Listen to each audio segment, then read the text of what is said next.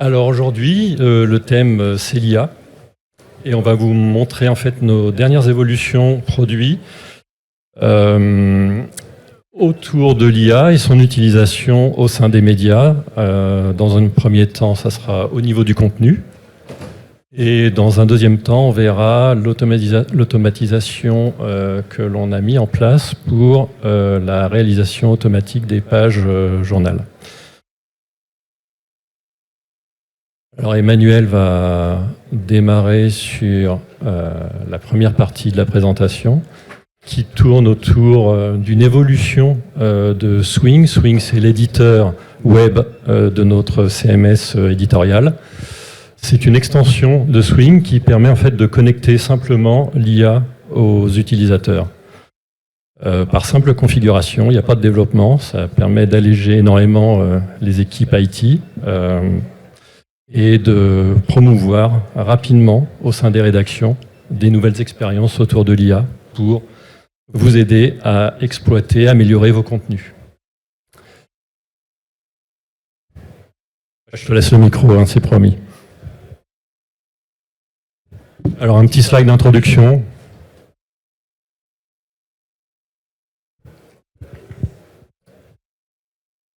Alors comme je le disais, donc c'est un module d'extension qui permet très simplement de développer de nouvelles expériences utilisateurs au sein de l'application par simple configuration. Vous pouvez imaginer en fait de nouvelles expériences en utilisant les fonctionnalités natives du produit par des simples raccourcis clavier, par des menus contextuels, mais également connecter tout type de services et donc les services basés sur l'IA générative. Sans limite, et vous pouvez mixer au sein de l'application différents services différents pour créer des expériences fonctionnelles les plus riches possibles. Ça va on verra, hein, de la proposition de reformulation, etc., traduction automatique, transcription audio. Vous pouvez également développer et intégrer vos propres services REST. Si vous avez une équipe IA qui délivre en fait et qui des web services et qui expose des web services, vous pouvez les connecter.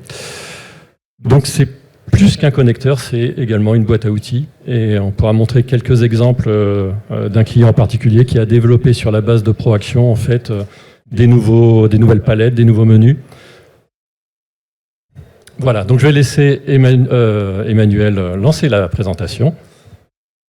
Et n'hésitez pas à intervenir, poser des questions, on est là pour clarifier. Bonjour, est-ce que vous m'entendez?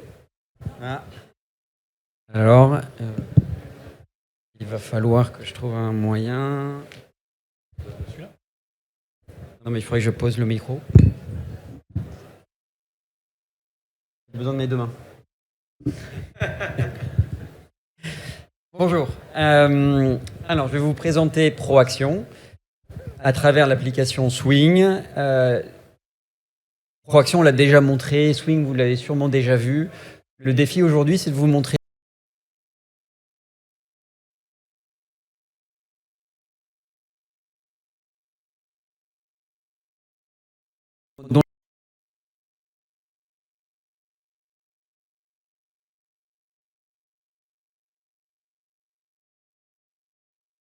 c'est de le rendre accessible aux utilisateurs, gérable au niveau des services informatiques et ne pas transformer l'espace de travail d'un utilisateur en cockpit d'avion avec des boutons un peu partout. Il est vraiment là le défi.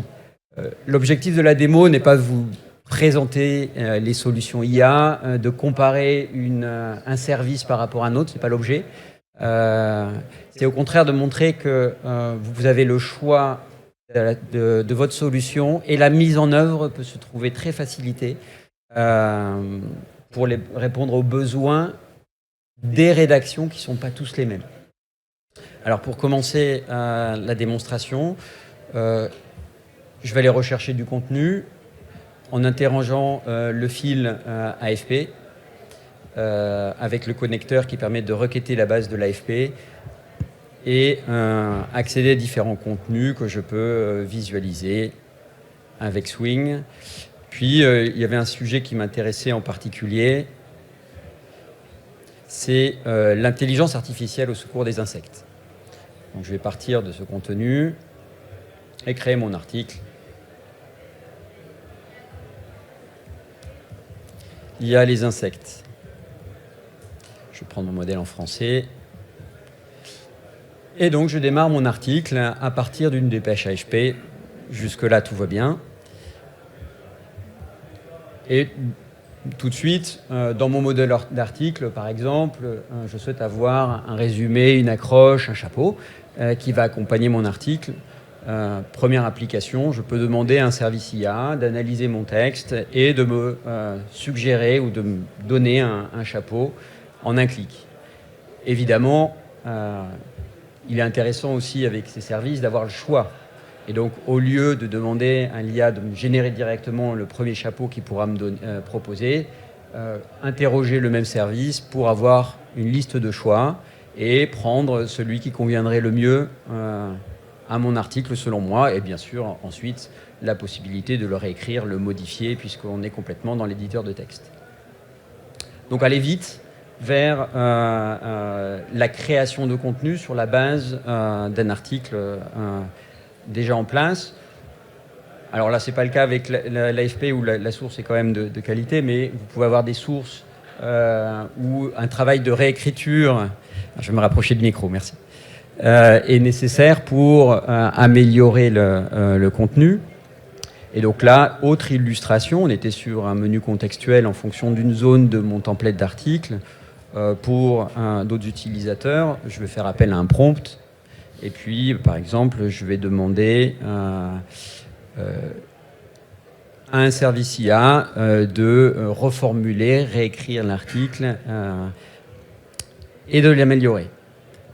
Toujours le même principe, l'article est passé au service et par configuration, on détermine quelles parties de l'article sont changées. Ici, on change le titre et le texte pour apporter des améliorations. Tout ça très simplement en quelques clics. Autre petite illustration, je vais chercher, excusez-moi, je vais par exemple rechercher dans ma base de données des photos, des contenus en relation avec une sélection, faciliter la recherche par simple sélection de contenu. Et ici, on n'est pas dans l'IA, mais on utilise ProAction pour automatiser des fonctions via les mêmes menus contextuels. Je sélectionne du texte, il me le recherche immédiatement. Et là, on utilise le moteur de recherche qui me permet d'accéder à l'ensemble des photos disponibles et éventuellement glisser la photo évidemment dans le texte qui me convient. Alors, c'est des photos que j'ai aussi empruntées à l'AFP. À l'AFP, les légendes sont en anglais. Qu'à cela ne tienne, j'ai mon service IA qui va me traduire ma légende. Donc, je vais faire appel à mon prompt. Je vais taper français et je vais demander à ce qu'il me traduise le paragraphe en anglais. Et là, mon service IA m'a traduit la légende instantanément. Évidemment, comme toujours, je suis dans un éditeur plein texte et je peux apporter toutes les améliorations que je souhaite apporter. Mais vous voyez, encore un autre service, mais toujours la même expérience utilisateur. La complexité est cachée et toutes ces fonctions rapides sont disponibles en un clic. Que ce soit via un menu contextuel qui me permet de faire appel à des menus préconfigurés, par de la sélection, par exemple ici, si je voulais traduire à nouveau mon texte dans une autre langue, développer, réduire, autre chose aussi qui peut être fort utile. Par exemple, je vais chercher dans mon texte un mot particulier. Alors j'ai fait la reformulation et j'ai perdu le mot que je cherchais. Cherchons un synonyme de extinction. Je sélectionne et si de manière fréquente j'ai besoin de reformuler un texte, un mot, je vais pouvoir faire appel à un service qui va me proposer des alternatives à ma sélection. Encore un autre service, pas forcément le même service IA, mais toujours avec la même expérience utilisateur. Et avec Proaction, tous ces différents services se configurent. Ce n'est pas du développement. Ça veut dire que ces petites fonctions que vous voyez jusque-là font appel à de la configuration, et l'équipe informatique qui va me les mettre à disposition n'a pas de temps de développement, c'est de la configuration. Également, comme vous pouvez le voir, en fonction de la zone du texte, j'aurai des propositions différentes. Et ça aussi, c'est important, de pouvoir amener le service et les fonctions qui sont propres au contexte dans lequel l'utilisateur se trouve. Une brève, un article, un développement n'a pas forcément les mêmes besoins de service qu'une interview ou d'autres types d'articles. Et là aussi, la configuration permet d'apporter les assistants de manière contextuelle à la typologie d'article que l'on va adresser.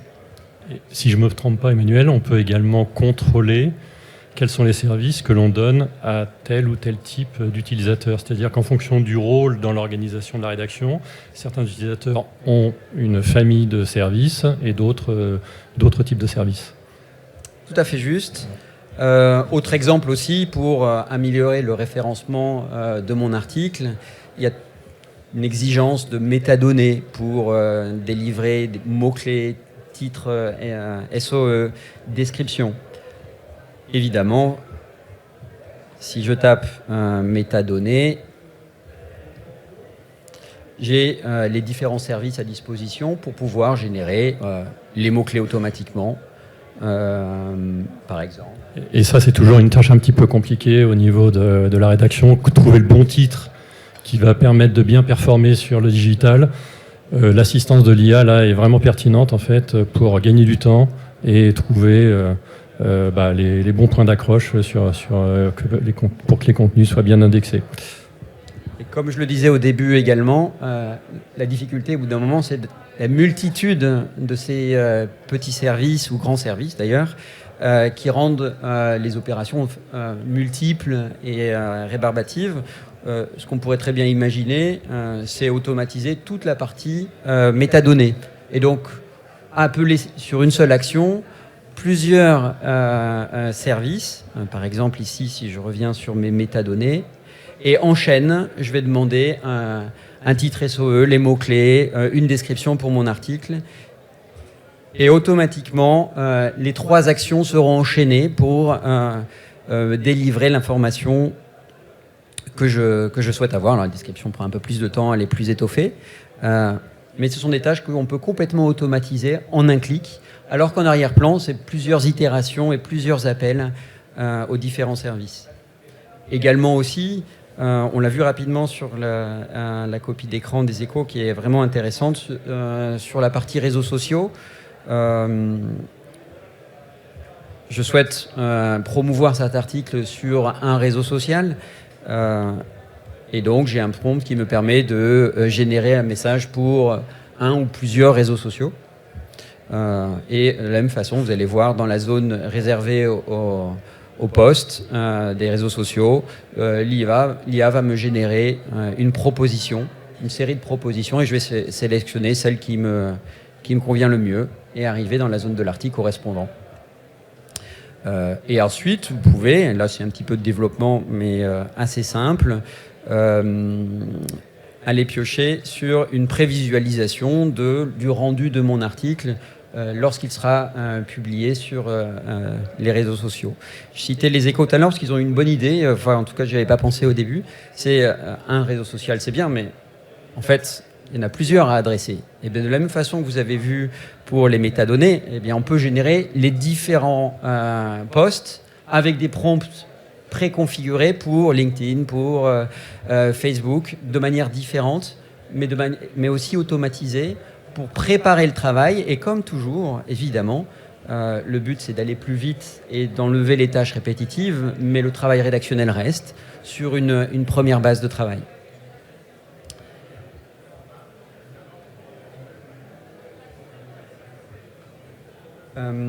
Je vérifie mes notes.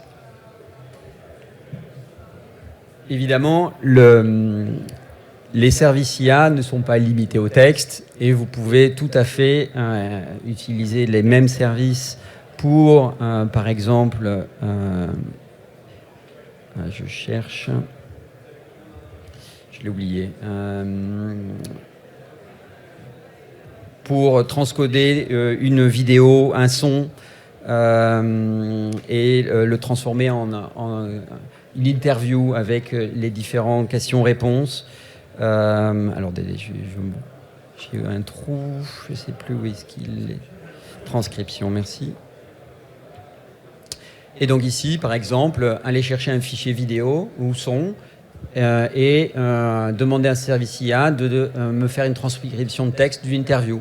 Très simple, par glisser-déposer. Inversement, text-to-speech pour faire une version audio de mon article écrit. Même logique. En appelant un service IA, on peut générer, il est possible de générer, associé à cet article, le fichier MP3 qui va accompagner cet article au niveau de la publication. Et là, c'est le miracle ou la magie de l'IA. Les possibilités sont infinies. Et tout l'enjeu, c'est d'avoir une application qui est suffisamment flexible, bien sûr, pour pouvoir les connecter, mais aussi offrir à l'utilisateur un espace de travail simplifié où il gagne du temps. Et on ne le transforme pas en un opérateur super pointu en technologie pour couvrir toutes ces tâches. Parce que l'enjeu, c'est de lui demander de faire toujours plus, d'enrichir toujours plus son papier, d'augmenter la visibilité et de multiplier les offres possibles pour les différents lecteurs et clients. Et c'est ce que permet de faire Proaction, c'est de permettre aux services informatiques de mettre à disposition des nouvelles fonctions, des nouvelles possibilités à la rédaction en quelques configurations, et de donner le pouvoir aussi à la rédaction, comme l'a très bien fait, je reviendrai sur les copies d'écran des Échos. Alors, on n'a pas tout sélectionné de ce qu'on avait vu qui était intéressant, mais d'avoir des propositions de prompts, mais laisser aussi, pour les plus aguerris, la possibilité d'affiner les prompts et de permettre à la rédaction, qui est la première, finalement, à pouvoir définir la pertinence, eh bien, de les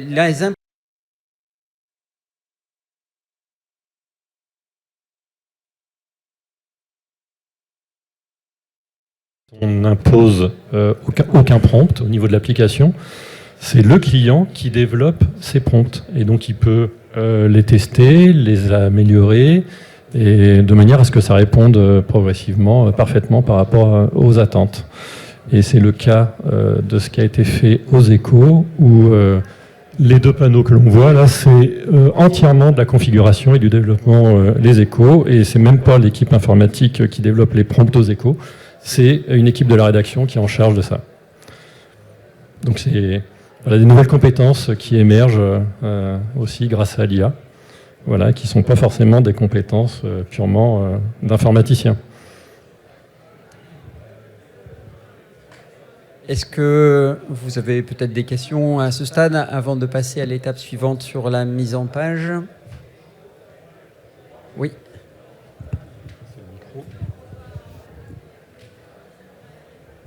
Bonjour, Sébastien Georges Ebra. Ma question, c'est est-ce que vous êtes connecté à quel moteur, avec quelle base vous travaillez en termes de ChatGPT, Mistral, etc., open source, je sais pas.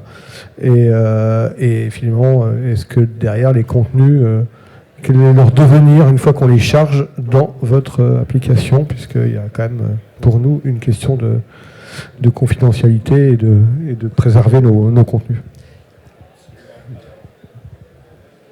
Donc, Proaction n'impose aucun service. C'est-à-dire qu'en fait, c'est vous qui choisissez les services d'IA que vous voulez connecter. Dans notre exemple, en fait, on a beaucoup utilisé OpenAI, ChatGPT. Pour la traduction, on a utilisé DeepL, mais bon, c'est notre choix.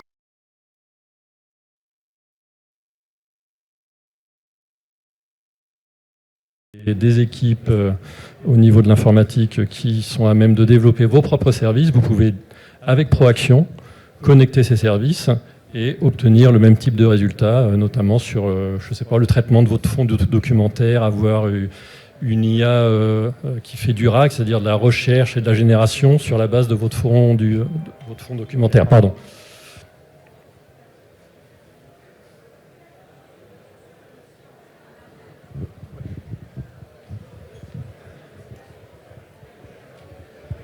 Bonjour, Hassan Sos de Tunisie numérique.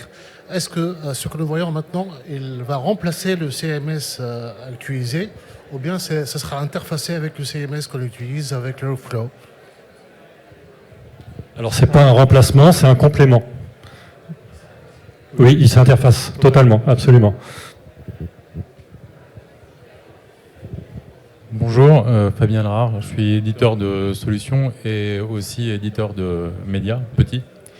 Est-ce qu'il y a des notions de persona qu'on peut intégrer pour, on va dire, coller à un style correspondant à sa ligne éditoriale ou éventuellement même du fine-tuning sur une base déjà existante de contenu?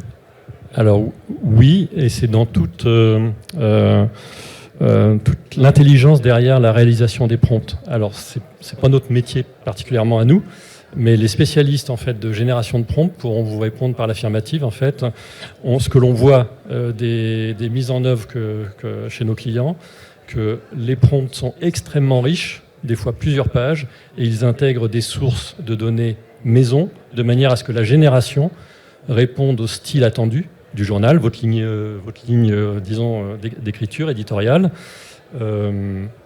Voilà, donc c'est en fait l'exploitation du service en fait qui permet de faire ça. Ça se fait au niveau ce que vous proposez, se fait au niveau du prompt. Du prompt, qui n'est pas au niveau d'un entraînement de modèle.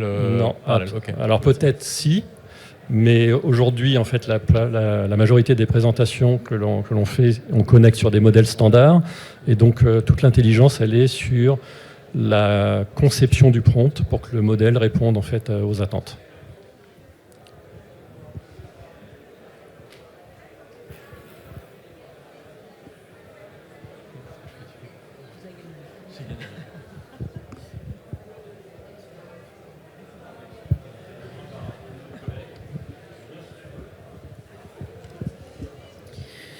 Oui, moi je travaille dans le secteur du handicap et donc je voulais savoir si ce dispositif permettrait de faciliter l'accessibilité de certains textes.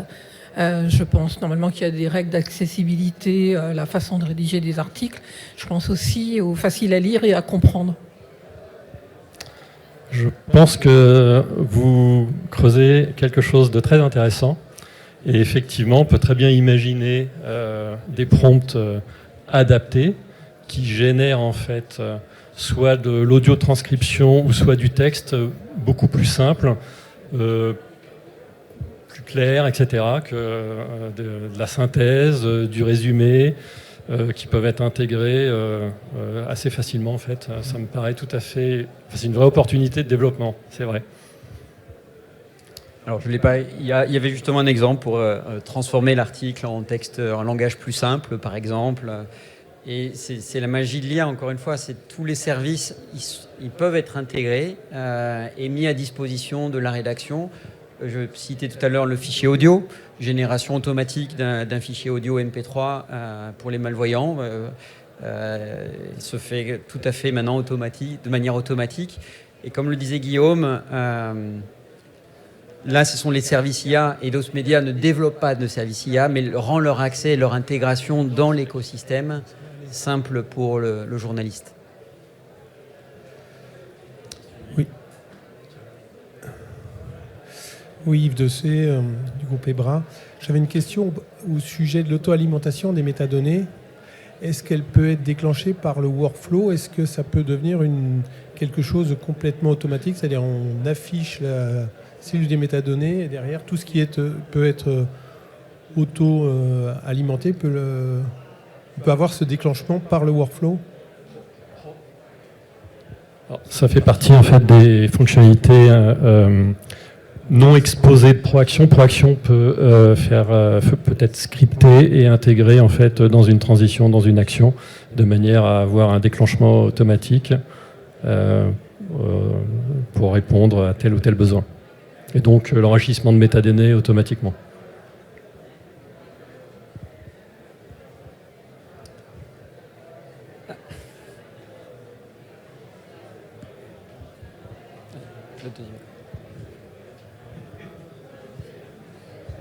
Merci beaucoup. Mehdi Guiraud, donc je suis formateur en IA. Vous avez un peu esquissé une réponse à l'instant. Vous savez que se développent de plus en plus les agents. Est-ce que c'est quelque chose qui est intégré ou est-ce que c'est quelque chose où est-ce que la structure est prévue pour? Et petite question bonus, vous avez dit que vous pouvez utiliser beaucoup d'IA, d'autres IA. Donc du coup, c'est possible d'utiliser un serveur interne, Llama ou quelque chose comme ça, pour pouvoir l'interroger avec l'API OpenAI, hein, c'est ça? Oui, tout à fait. Dans l'introduction, d'ailleurs, c'est important, Proaction est né pour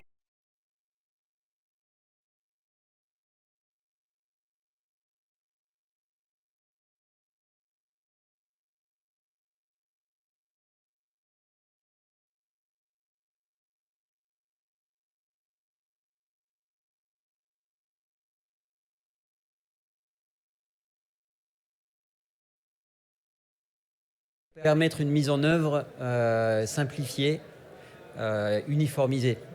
Et c'est là où Proaction apporte quelque chose qui permet d'être rapide sur sa mise en œuvre et de répondre à des besoins très spécifiques que nous, éditeurs, on ne peut pas anticiper.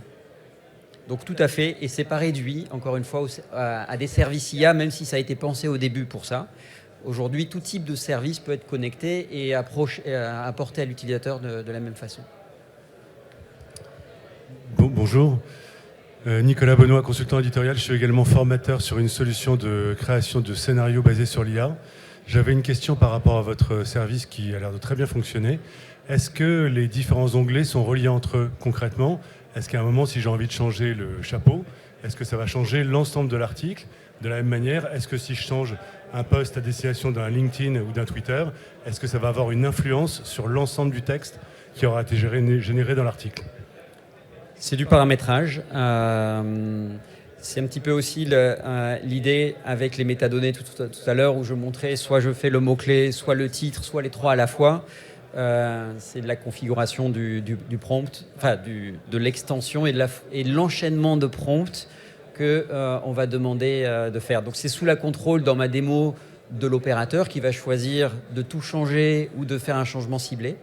Et c'est vraiment à l'éditeur de définir ce qu'il veut vraiment faire.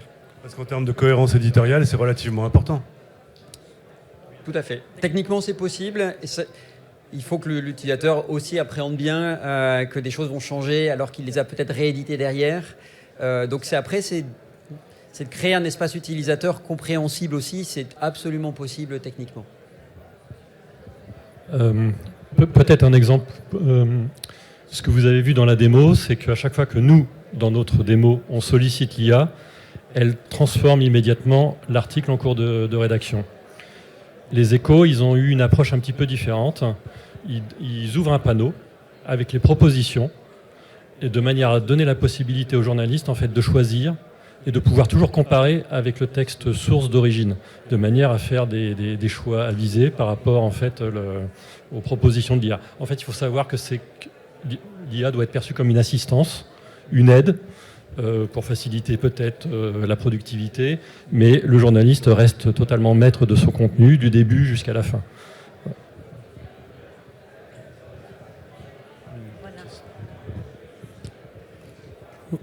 Est-ce qu'on a la possibilité, lorsqu'on a lancé une IA ou fait des actions, d'alimenter les métasystèmes ou de taguer l'article comme quoi il a été revu Alors, Et deuxième question, est-ce que vous avez fait des tests de correction orthographique? Est-ce qu'on peut envisager, par exemple, de substituer Prolexis à l'IA et Vanda n'est pas rentrer là. dans le workflow? Oui, à toutes les questions pratiquement.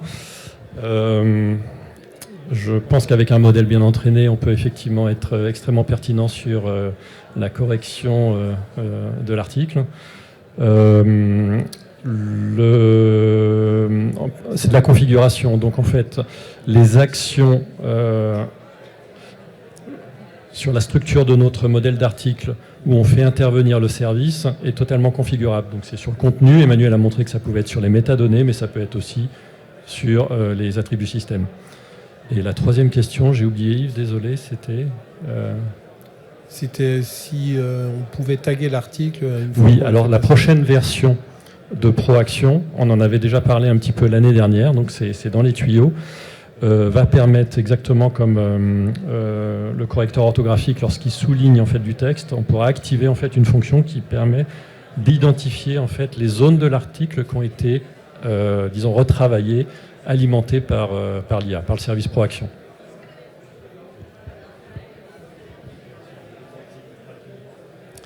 Alors, on va enchaîner avec la suite de la démo, parce que je pense qu'on est un petit peu court, c'est terminé. Alors, il va falloir venir nous voir au stand. Alors, si vous êtes intéressé par la mise en page automatisée, donc on est au stand 18. On a une petite vidéo qui illustre le cas d'un client en fait, qui a mis en place cette solution. Il n'est pas le seul d'ailleurs. On a aujourd'hui 4 clients en Allemagne qui utilisent la solution qu'on a développée avec notre partenaire Sophie et donc ils automatisent intégralement en fait leur page journal, celle qu'ils ont du moins ciblée comme automatisable. Alors avant de couper rapidement, la dernière illustration sur ProAction était de commander un service IA pour m'assister dans la recherche. Donc au lieu de chercher un mot-clé de manière classique, on interroge en langage naturel le moteur de recherche qui indexe les documents de la base méthode et nous suggère une analyse, une compilation des articles qu'il a retrouvés et me ressort les sujets, les thèmes qui sont abordés dans les différents articles de manière synthétique, avec la possibilité également, en sélectionnant un certain nombre d'articles, de lui demander de créer un article de synthèse à partir de cette sélection.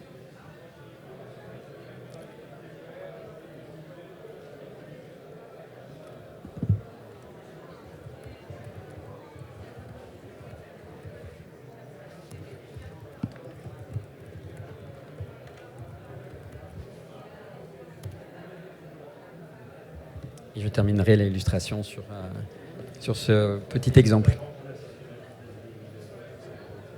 Donc là, il analyse les articles et crée un nouvel article en ressortant les idées et les sujets développés dans la sélection.